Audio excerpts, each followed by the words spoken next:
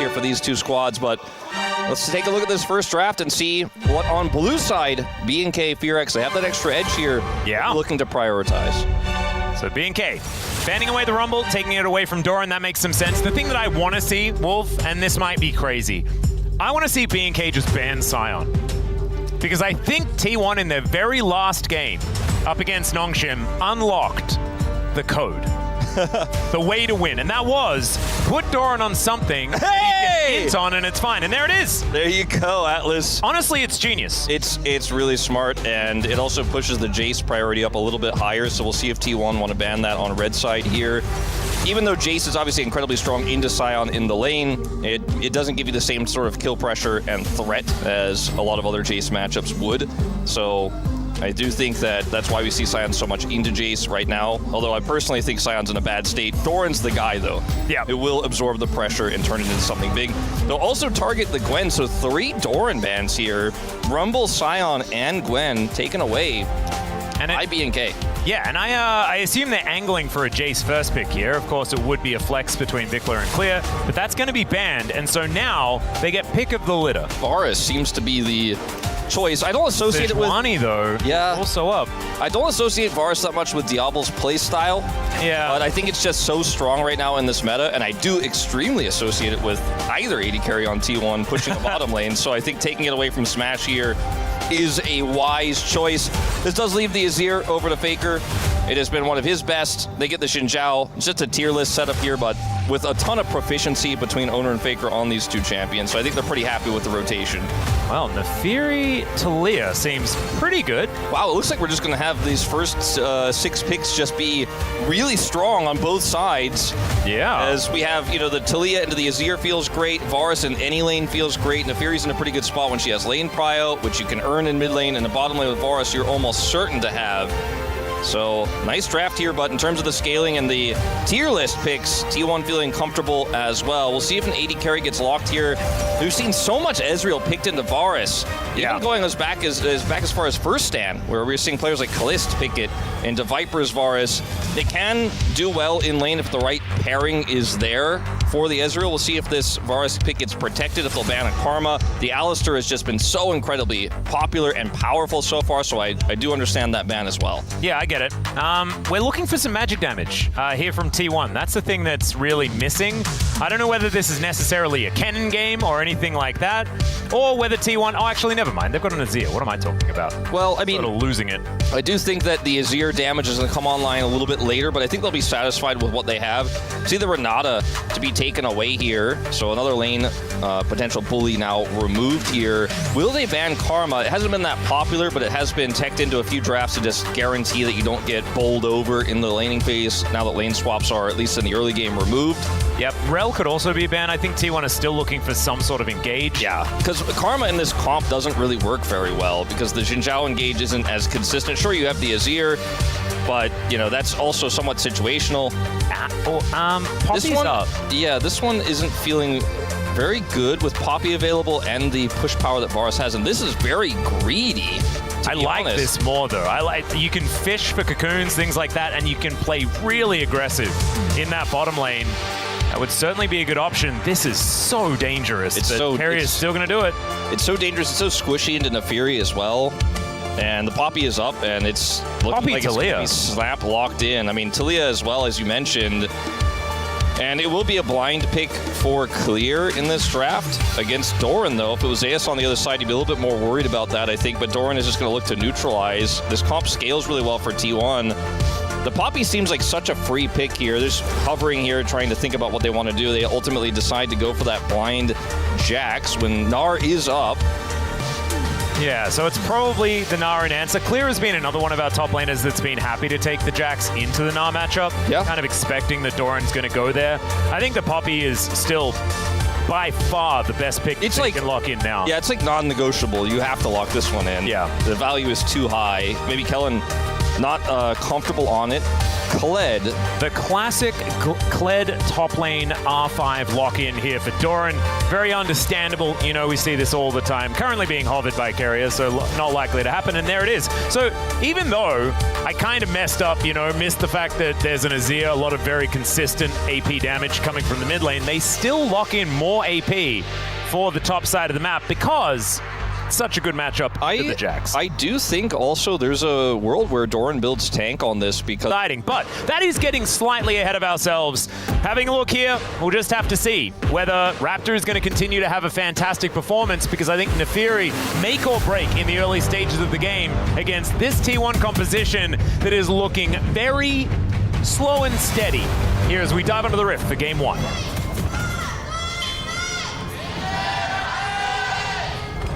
소환사의 협곡에 오신 것을 환영합니다.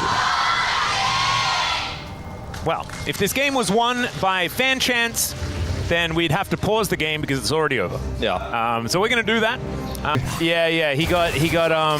got burrowed on, and it was a complete nightmare. And the Korean commentary was unbelievable. That could have happened for sure. It was. I think. Yeah, I don't know. It was a great game, and T-Gun then became a professional League of Legends player after that. Yeah. And I talked to him at length about how horrible that game made him feel. As someone who lived often on broadcast. As someone who lived with T-Gun during some of his tougher times in StarCraft 2 when I was on the same team as him. Yep. Yeah, I think it was a tough time for a lot of people at the early days of StarCraft 2, so no shame in that. Yep. All right, well, we finally have the game back. Yeah, here we are. Hi. StarCraft 2 nostalgia away for now. It can pause momentarily, but we may bring it back out again. It depends how T1 this early game is going to be. And I only say that because their composition is very happy to sit back and scale and just let things happen as we are charging up Piercing Arrow. And already, Keria is going to have his bone plating taken away. Great start here by B&K. Good start. I did not mean to rhyme that. Yeah. That's not a sign of things to come. Well, we're going to have a bit of a magnifying glass on this bottom lane, as that was a nice little set of damage layered in there by Diablo while he gets the last hit as well there. And see who gets level 2 first, looking favorable here for T1, obviously. Wolf, I got a question. Before we get into video games like that, I just have one question.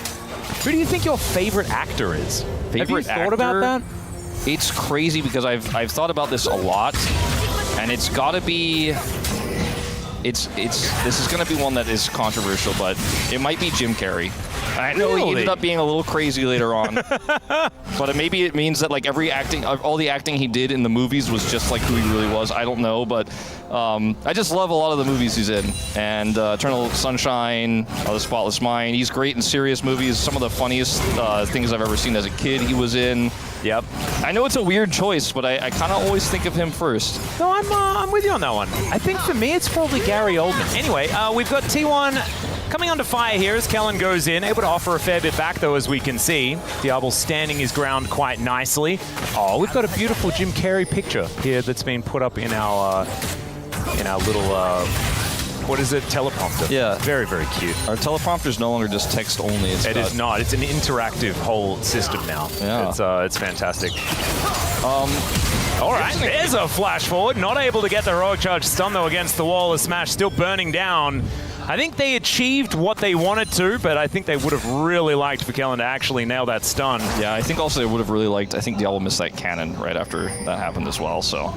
Sad times, but at least getting the lane control that you're supposed to get with Varus and Poppy into the Rakan lane is a bit of a 3v3 though. Yeah, or it's just a 1v1 and then a 2v2 as now they're looking to try and turn it onto Smash. That is the kill going over though as Smash does go down. Keria unable to get in front or stop anything there as the flash from Oner and he cannot follow Raptor as Faker goes in and will be able to finish off the doggo. A little bit aggressive to then go for the crab, but Faker investing the flash. 2 for 2 in the end. Well, bit of an action-based early game here, and a lot of hands moments in that one, I think, was the real story about this, but you could see how much that mid-prio does really matter in these big early game skirmishes. as the skirmish became really big, as it just kind of extended forever there, and then Faker was able to come in and get that kill. As it all starts off here with Raptor trying to control Scuttle, Oner is challenging. Kellen ends up taking a ton of damage, actually, trying to rotate in here, as if he went down, he would have never been there in time, so kind of rocking a hard place there, but does end up getting the nice engage here on the Smash. Now watch the Smash also commits the flash here, still ends up dying. Keria also flashing in the exchange, a little bit unfortunate there, as Oner just reads this so well, also has the eye that he can nearly kill his opposition. Doesn't have the damage quite to finish him off, but I think they're happy with what happened in the end because the kill goes over to the Azir, in fact, so yeah. No flash on the Nefiri, no flash on basically anyone on T1 except Doran. It wasn't involved, obviously, in that exchange. Keria flashing in that exchange was a little bit weird, too. So he and Smash now both down flash in a lane, which can be pretty tricky to play out. Yeah, this one could get pretty ridiculous. And that means, again, that's a double for Diablo. So their duo kills has now gone up to 11 here in, like, the first 3 weeks of the LCK. That is unbelievable from this very new bottom lane, right? Like, Kellen's been around for a long time, but Diablo, this is his first season in the LCK. Yeah, very impressive. Back when we were commentating him in Challengers, we were like, okay, rough around the edges, but he's so incredibly young. He's got so much time. As Kellen goes in again. High value Q there, landing onto both of them. Does get the Arcane Shift out of Smash as Diablo sidestepping everything ever. And just walks past Keria, going aggressive, finds the Blighted Quiver, and Smash taking a lot of damage there, of course. This is the lethal tempo variety of Varus, but Diablo is playing up so incredibly far. That is a brilliant flick here from Vikla as Raptor just immunes the Emperor's Divide, and Faker having to deal with a big old wall, and he has no flash, he has no way out, and that is Vikla answering the kill that he picked up earlier, and Raptor even getting kill credit. Are BK good? Like, I think this team is actually quite solid, to be honest with you, Atlas. At the beginning of the year, we weren't sure, but they have really shown up in their last few games, and this early game has been phenomenal from them.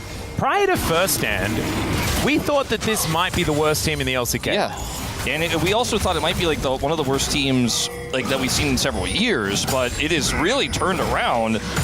Just goes to show you end up getting the right direction and players, you know, start to gel with each other. Things can change very rapidly. We do love their draft, but I don't think the draft plays too much into how well this early game has gone. Kellen's looking for more here. Oh dear. Smash going to be interrupted as Kellen does not want to continue the aggression, just wants to make sure that he has to go home. Staggers the backs as well so that Smash and Keria are going to be off kilter a little. And now Kellen, no way, not again. God, is he going to buckler him? Well, he stopped his channel, so even if he doesn't touch him... That's going to be this whole wave gone. Yeah, it's gone. Dunzo, and that's going to be a plate as well, going over to Diablo, see if he gets it solo here. I think he will. Yep, there it is. 125, and that's a ton of money in this Varus. It's already up 600 gold. You pick the Ezreal into this, but you also pick the Rakan into the open Poppy, and they are definitely feeling the weight of that decision in this early game. And, I mean, Talia was already locked. It was already a difficult scenario. And they decide to lock the Rakan. They could have just left Keria's pick until last, right? Saw exactly what was on show, and they could have picked a top lane Poppy for Doran, which would have been totally fine. It's a great matchup into the Jax. Then you've got your own steadfast presence, a tank for Doran. Everyone's happy. But as it stands, the Rakan hasn't been able to do too much. Still very early in the game, and Keria having engage is going to be very important. As Clear to go aggressive against Doran, but Doran just neutralizing the matchup as best he can. Oner coming over and being annoying as well. His Zin's out, absolutely legendary as he goes in onto Raptor here. The Bleed's starting to do some work though. Red buff versus blue. Keria moving in, but so is Kellen. Wind becomes lightning, and the doggo becomes frightened. This is just another one of those examples of why Oner's judgment skills are so incredibly good. He knows that Faker has ult advantage over Vikla. Vikla can't join the fight, and Faker could actually stop him easily if he tried to. So even though he didn't have Cryo, technically it wasn't pushing the wave over. He knows he has a ton of power here to try to harass and push in. Doesn't end up leading to anything too significant, but just showcasing a great understanding of the game state, and some pressure was applied We didn't get a replay of it. I was thinking we probably would, but man, that play that we saw earlier with Vikla, the positioning of the shove onto Faker was fantastic because it made it so that, you know, in best case scenario, Faker does avoid it by walking towards him. He's walking the wrong way. He ends up getting caught by it anyways. The follow-up was so good there, and Faker just a little bit too far up in the lane in a matchup that can really be quite volatile if you step too far forward. Again, you were kind of saying Vikla's looking better again here into another great mid laner. Yeah, there's a cask actually out here from Doran as we're checking in on this topside matchup. Doran looking to go a little bit aggressive as well as both ultis were exchanged. So not exactly a huge advantage happening on either side, clear with a few minions. Yeah, unfortunately, Doran's not getting the counter value out of this Gragas I think he was looking for. Down 10 CS, down almost 300 gold. The bottom lane is a disaster, obviously, and then in mid, Vikla has that slight edge in CS as well. So looking really good here in the early game. It's only a 700, 800 gold lead right now for BFX, or BNK rather, but it's still a significant advantage, and you need to snowball that type of advantage when you're playing into the Azir spikes later on, the 2-item spike for the Ezreal. So let's see if they can snowball this game. Yep, I think it's one of those moments where you're like, they're doing a really good job now, and this game, this series could be a blowout in favor of T1 if we've learned anything from previous years of this roster. All rosters very, very similar to it. But I want to take this moment to really celebrate that BNK are just so much better than what we were expecting. Yeah, for real. It's such a glow up. Yeah. And I am always happy to champion that for any 100%. team in any region. To see improvement is, weirdly enough, somewhat rare. To see big improvement this fast as well is almost unheard of. So it makes you wonder like what they could look like when we move into round 3, you know? Not to mention the fact that, you know, Kellen, so, like, oftentimes you're like, oh, this is a known quantity. We know what this player can do. Kellen's an example of that, right? Where it felt like he kind of had his shot and blew it. But now he's kind of trying to reinvent himself. Clear as well, his debut in the LCK wasn't what we wanted out of this player that was so good in Challenger. But finally we're starting to see that. And Raptor you'd already spoken about earlier on, but I think him and Gideon are really livening up our jungle pool here in the LCK that was feeling extremely top-heavy last season. There's so much to be excited about, not to mention the fact that Vikla is actually holding his own and Diablo is like a prodigy. So when we zoom out here too, talking about the game at hand, you know, it's 2 objectives taken for BNK because they got 6 grubs with a Jax, by the way, so a bit scary. No grubs for the Azir in a side means Faker can't Faker as hard as he normally does, where, you know, he draws a bunch of aggro, threatens turrets, and they have 3 kills. So one more objective, which they could take this dragon here. They have some prio for it. Would just give them feats of strength here. BNK really snowballing this game incredibly well. Yeah, look at Diablo, just frontlining, trying to stop Keria from being able to do anything. He flashes, will be able to charm up Tavares, but where's the follow-up? The cask will come in, but it gets Diablo to relative safety. Now he's trying to get some auto attacks across as now Oner goes in. Does have the safety of the Crescent Guard as Keria dives forward once again. These health bars are so low, and Smash is now on the board. There is the pickup as Clear dives in, and he's gonna have to get immediately back out. There's the T1 team fighting, and I think we're gonna have to stop singing the praises of BNK. I think about 7 flashes were used in that team fight. It was either 7 or 8. I'm not sure about Kellen with the Hex Flash. We'll have to watch the fight back, but a lot of action on this one. I don't think BNK really did themselves any favors with how they were trying to set up here. They had the control ward vision, so they should have known Keria's engage range is there. And even though they spend 2 flashes to dodge the initial part of his engage, he still gets a ton of value, and so much damage is layered through. Now Clear has to make a decision, you know, do I go on to Faker? Do I actually go in? What's the actual plan here? He knows Keria doesn't have flash. That arrow does connect, and the Raptor goes in hoping for the ult reset to turn this fight, but he also just ends up dying, and Clear does flash out. So huge win here for T1, and that was what I was going to say before this. We were talking about the lead, and you were kind of alluding to it like, well, they have a lead now, so let's talk about it while we can. T1 is the type of team that will punish you so hard, and they have so much experience, regardless of who's on the roster with Faker. Faker's calls have been legendary, and I think T1 saw that while they didn't have any control, B&K were super greedy with their positioning there. They had an angle, and that's why Keria picks the Rakan here. He's like, we don't have great engage. I can make something happen into this team comp with the right settings, and that was the right setting. Yep, and also, like, to make the Talia Poppy work, in order to shut down the Rakan, you do need to press your buttons in the right order. You do need to have things available at the right times. And you've, yeah, it is sort of something that Kellen and Vikla do need to get in order to make sure that Keria is useless. So that last play, Keria, absolutely fantastic. And this is something we've seen him do in the past, right? Sometimes he is punished for it. Other times, he just finds the angle where other players maybe wouldn't. It's clear. Throws down the ulti here, looking to go aggressive against Doran, who does have the body slam available. And once again, it just seems like Doran wants to keep all of the ultimates in the bottom lane or in the side lane, just as on cooldown as possible. Yeah, it's one of the ways you can get a positive trade on the Jax. Forces clear to try to trade back a little bit, but Gragas has so much sustain. It's really hard to actually get any sort of edge into him as the Jax unless you have a massive lead. He is going Rod of Ages on this Gragas, so not the tank build, but will, of course, be a little bit tankier and have a little bit more sustain for that lane with the Rod of Ages build. Yeah, it looks like he's actually going to go more AP than just this. Oftentimes you'll see like a Rod of Ages built up just for the early game. Of course, you know, Catalyst is pretty bonkers when it comes to the laning phase, but then you can go tank after that if you'd like to, and it looks like Doran has instead decided to fully commit. Does, of course, have the Comet as well, which kind of gives away the fact that he wants to be going for a little bit more damage. Yeah. But I don't know whether he necessarily needed to. Like, they do have Ezreal Azir, which is a lot of consistent damage late game in teamfight, so he could have gone tank if he would have liked. But having a triple threat as far as the damage is concerned is still going to be very valuable moving later into the game. That ward is pretty interesting there. The observers just highlighted behind the top turret for B&K. We'll give them a little bit of additional information about who's heading to the top side lane of science. It could be a teleport flank angle. Again, unlikely, but I guess it is theoretically possible for that to happen if it isn't seen. Yeah. Vikla gonna push Faker out of the lane. We'll just teleport right back in. Kellen probably seen here. Yeah, Keria's tracking him. And Keria is going to find him. Steadfast Presence going to come on over as he just bonks the Rakan away, but Kellen's going to have to do a little bit more to escape this one. And in order to escape, he decides the Death Chamber is going to be the best route. So a little bit overly aggressive as far as the Poppy positioning.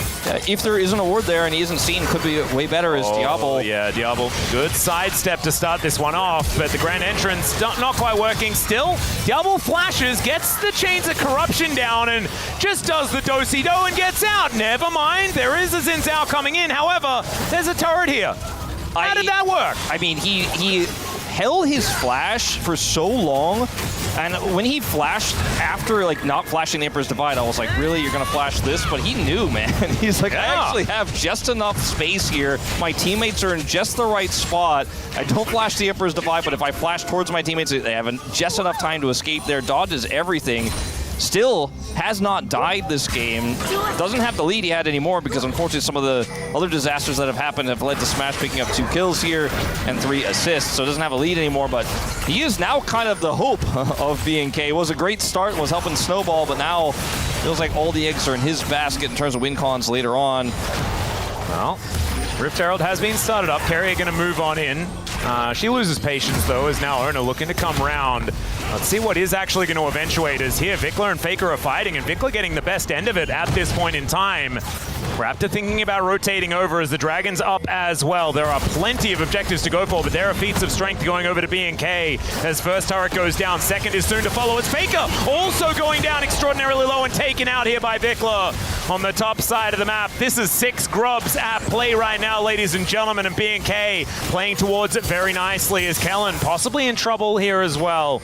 Last Mystic shot not going to connect there as T1 still with a slight deficit, only about 500, but the upgraded shoe's going to feel nice here for B&K FEARX moving into the mid game. It's like B&K did they not get that top turret? That's wild. Should go down.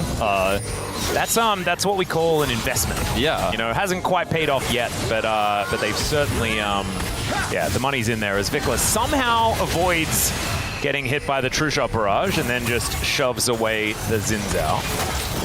I mean, it looked like Keria and Smash were trying to push onto Diablo and Kellen after the trade they got in the mid lane and weren't able to come up and rotate to save Faker. As Faker had a little bit of turret health left and was otherwise feeling like, you know, maybe I can hold off here against a dive, but there was a bit of a split, so he ends up going down. This turret should likely fall in just a moment, but that 6 grub, Jax got the work done in the bottom lane. And so far, still maintaining, because of that turret and that play there on the Faker, a gold lead right now for B&K is Doran isolated. Oh dear. Doran gonna have to contend with this big old wall on the bottom side. Does flash to get over it. And that will at least get him to safety. It was a long lane, so it could have been a kill opportunity, but B&K unable to catch up with the very agile large gentleman. Yeah, he's quicker than he looks. Certainly is. As we do see B&K grouping to potentially take their first dragon of the game. All right, clear with the counter-strike as he walks away. Faker still playing pretty aggressively here towards the top side. 2 kills for the Azir. Certainly going to be good moving into the later stages. I would not want to try to be playing games with an Azir as a Jax up there too hard. Yeah. As that, I think he really wants to get that turret, but he just will not be able to do so right now.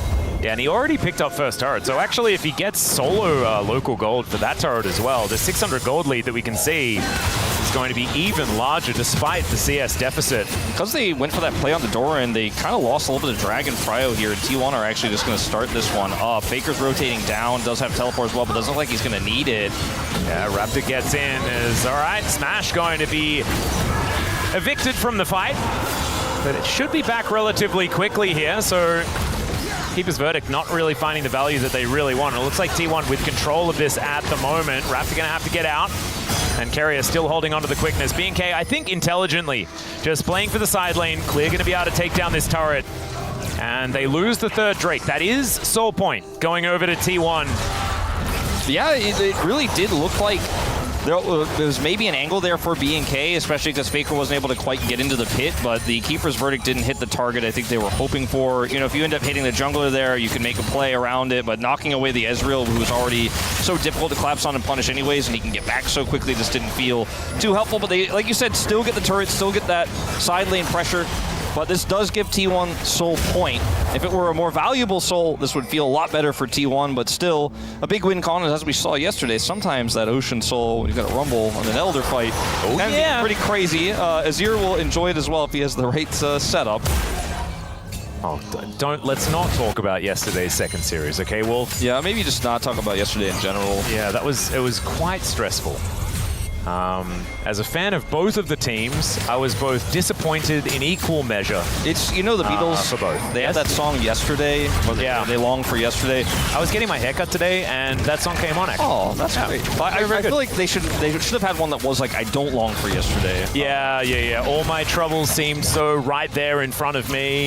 This is an Otacon take, by the way, in trade for a Herald, and B&K are very late to respond. TP coming over. I don't know if T1 could stick this, but they at least get a TP out. Doran, though, has to match. Yep, there are teleports coming in from everywhere as Kellen doesn't have his ulti up. Finds a heroic charge, though, onto Keria, trying to get him out of there as it is going to be the Otacon. Secured by the Xin Zhao. And he's also trying to take down Raptor on the back end, who gets a whole bunch of health back. And they're just sending them home as quickly as possible. Smash right in there, but Kellen finds the heroic charge. It's just not quite enough as Vikla, with a big old shield, is going to say goodbye, Mr. Smash. And there's a seismic shove. Good sidestep from Doran, but that's a turret, buddy. That ain't gonna work. And Diablo's like, I got Shelly, and I'm gonna take her for a walk. Diablo wasn't there for the whole fight, and it ended up being a big boon for them in the end because he gets the full extra crash into the inner. So much turret gold going over to B&K. Faker looking for the punish, and he will be successful, but it feels like a consolation prize as T1's Otacon buffs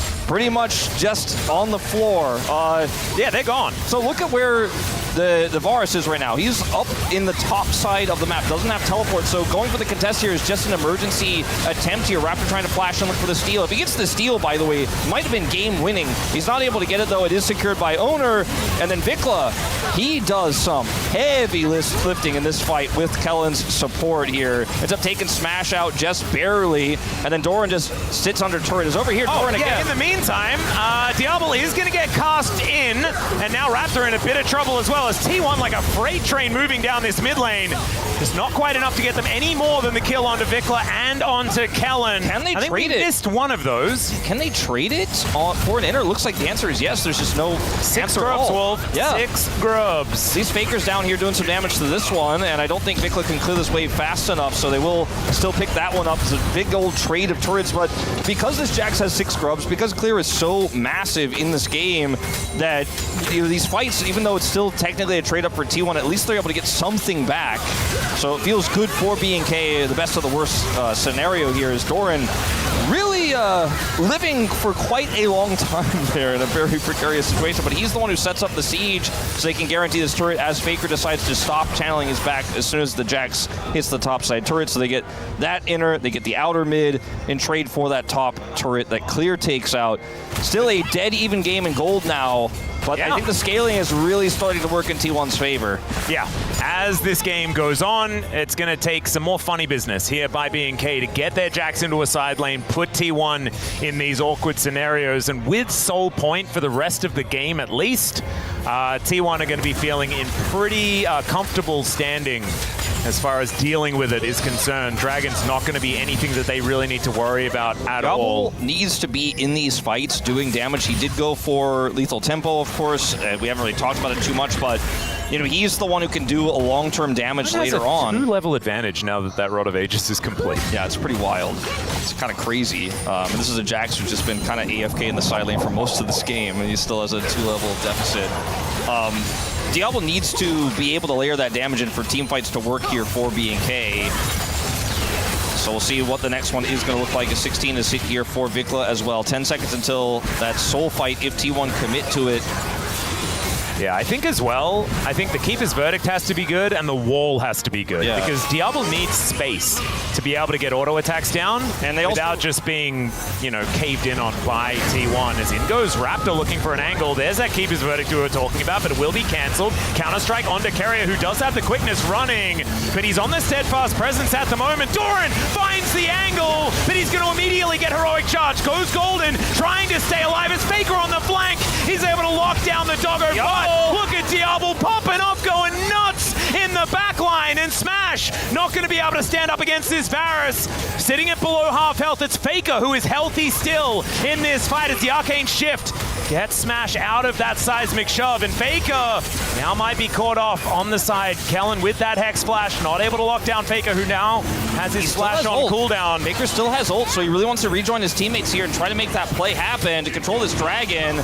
See the back here for Vikla. He does have teleport. They do not want to give this Ocean Soul over to T1, and they will, I think, commit him straight back into the fight. There he is, TP. Oh, yeah, drop down. Yep. Vikla making his way back in. True Shot Rush just narrowly avoided there by Diablo. I was expecting that one to land, actually. It's oftentimes a 3v3. You see it does just hit. It's a 3v3 of the same roles here. Kellen's so low on health. Finally, a TP comes through here for Clear as we are really turning this into an extended fight. This is going to be a 5v4, though. It's in goes Kellen before anyone even arrives, and the seismic shove so good. Smash locked down, and now Faker realizing that he has to make the master play. He takes down the Poppy, but I just don't think it's going to be enough as Raptor. He is going in. The bleed not quite going to be enough as Oner is still there. I think the Dragon should now go over to B&K. But man, what is it with the T1 series this week, Wolf? It's just been so close when people would argue they shouldn't be, but B&K really running away with this one in a lot of ways here. It's not over by any means, but the fact that it's this close is super exciting, especially with Diablo's playing this well. Is 0 deaths. Yeah. As far as you watch this fight initially, you're like, man, onto an Ezreal, like the Weaver's Wall engage onto an Ezreal. As yeah, he gets hit, but he doesn't take any damage. It gets away. It looks initially like, oh, this is going to be a fight that they can turn with Keria and Doran. But look at the damage dealers. Vikla and Diablo untouched in this fight. Doran can't heal, can't do anything here, and Diablo is just making the health bars disappear. Keeper's Verdict knocks Faker away, which is kind of awkward. He does eventually rejoin for this fight here in this skirmish. That's Kellen snap engage to push Faker, or rather to push Smash into the wall. That ends up winning them this fight. Faker goes in looking for an Emperor's Divide angle that he just does not have. The reset comes through for Raptor, and I think he regrets his decision, but still is able to keep Keria away. They secure the Dragon, deny that soul here for T1, and inject a little bit of gold and a little bit of longevity longevity into this composition. It still has that Jax with 6 grubs. And we're now looking for Baron vision control. That one pesky ward actually just out of range of both of those control wards. Really nicely placed. Yeah, Keria getting the daggers stacked up here as the bleed going down. Does have some honey fruit that he can eat if he would like, as Raptor continuing to just try and keep his control wards alive. Doran is about to have his TP back. Yeah. Could look for a flank angle, but just going to rejoin here through mid for now as they continue to contest vision. Do you know what?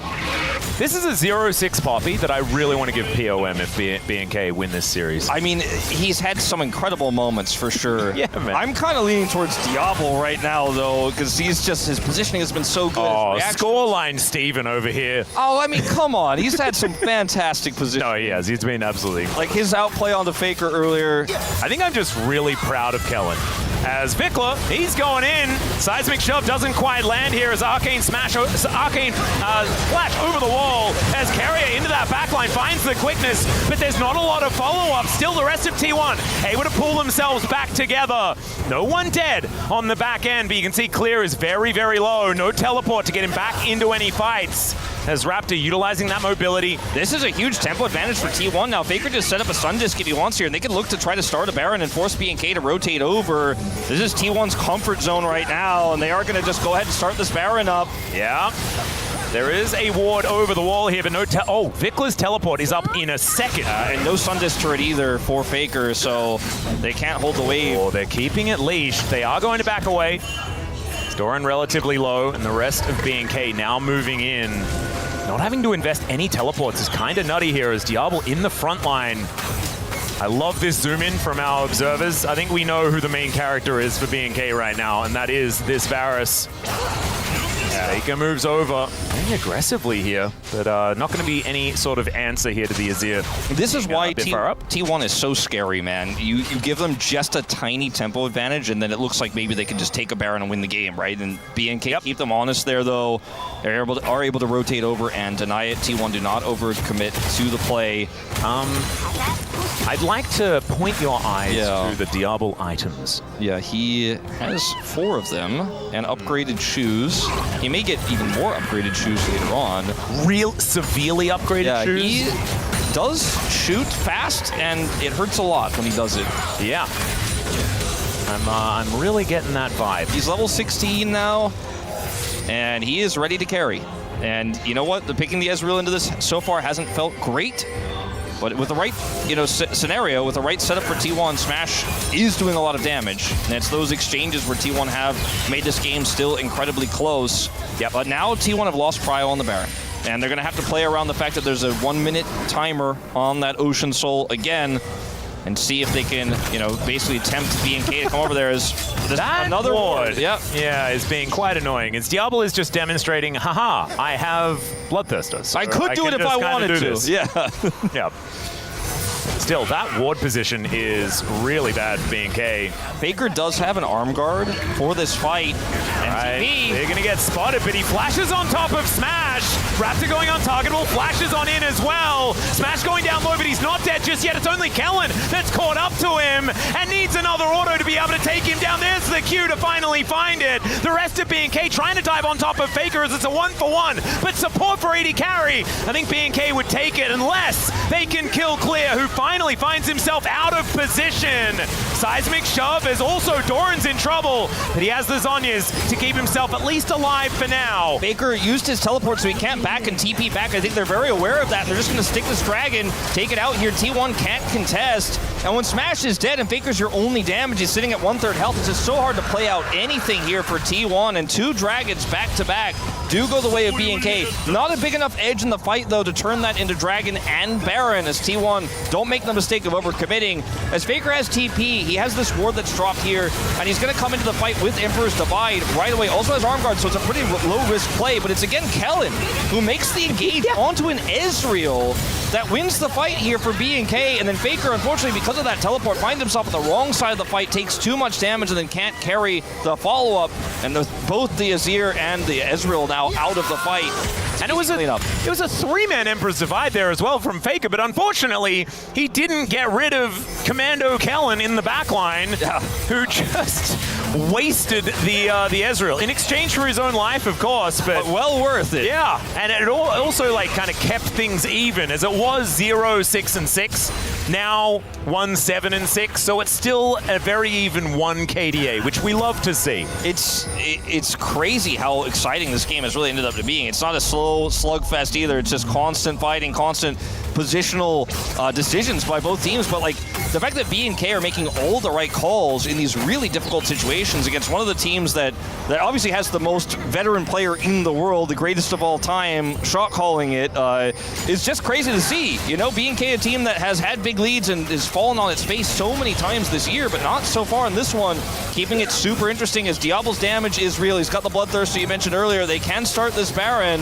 Yeah, Oner can move in as well.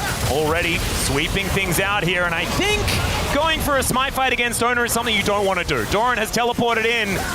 Do manage to get that cooldown. Certainly going to be an important one here, as there's a flick onto Keria. If they explode the Rakan, things could be a problem, but Chains of Corruption not enough to lock him down. Still, he's incredibly low now. Oh, Vikla out of position here. He does have to flash to avoid the explosive cast.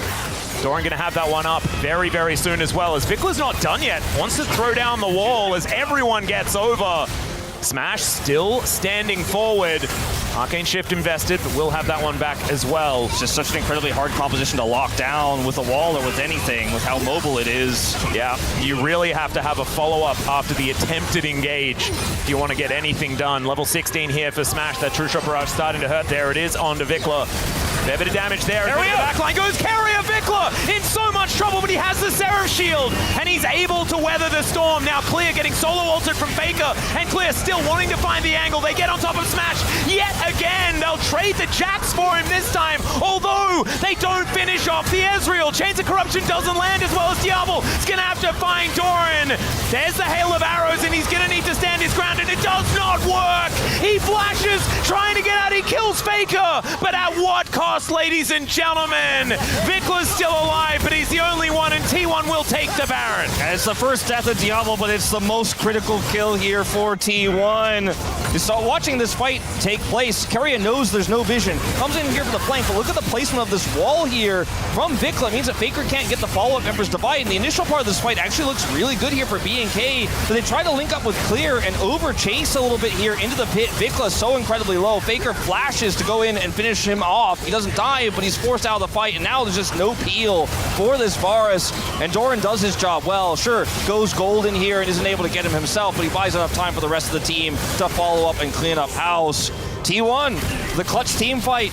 Never count this team out, especially the cold lead as minuscule as it was. They will make the proper plays. Keria was so low, finds that flank angle. They cut the team in half as Clear is disconnected. And now T1 fully in control of this game. That's a locket of the Iron Solari that Diablo just went home and purchased. He said he's tired of taking damage.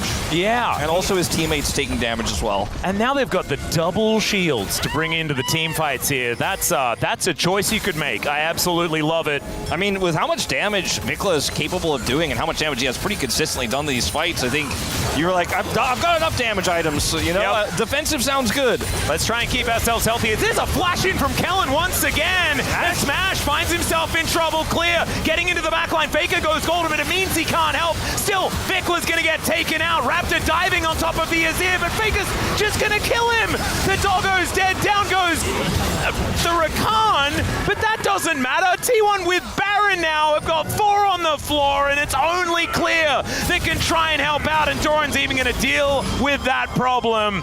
Using that Zhonya's just because he can. Faker still has Baron buff, of course, so he's just going to TP bottom. They're trying to turn this into a double inhibitor play here, potentially. I think maybe just go mid, and they just realize that's probably the better play, because there's 30 seconds left on both of these damage dealers. This game looks like it's about to end as Doran's denying Clear from returning home, and I think T1 have done it. Yep, T1...